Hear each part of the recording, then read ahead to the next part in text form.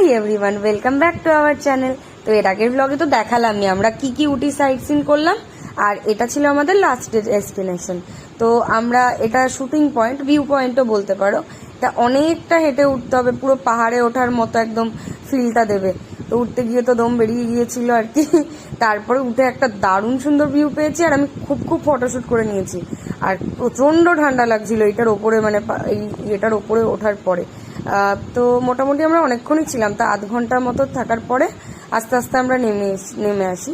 তারপরে আমাদের পাইন ফরেস্টে যাওয়ার কথা ছিল, কিন্তু যেহেতু 6টা বেজে গিয়েছিল, পাইন ফরেস্ট 6টাতেই বন্ধ হয়ে যায়।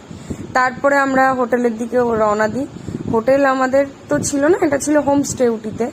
এতটাই দূরে ছিল, এতটা মানে একটা পজিশনটা অনেক ভেতরে ছিল।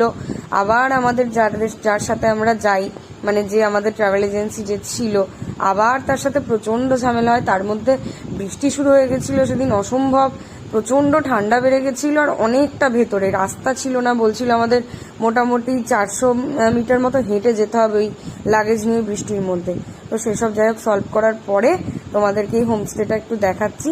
রাত্রেবেলার জন্য একটু প্লেসটা মনে হচ্ছিল আনসেফ, জানি না কতটা কি, কারণ আমাদের দরজাটা যেটা সেটা লক হচ্ছিল না, আর একদম পাশেই পাহাড় ছিল। কিন্তু সকালবেলা ভিউটা একদম মন কেড়ে নিয়েছে, এত সুন্দর ছিল। এবার সকালবেলার কতক্ষণ আমরা হোমস্টেতে ছিলাম, আমরা তো জাস্ট বেরিয়ে পড়েছিলাম সকালই। এই দেখো ঠান্ডায় একদম এইরকম অবস্থা হয়ে গেছিল। তো নেক্সট ভিডিওটা খুব তাড়াতাড়ি আসছে।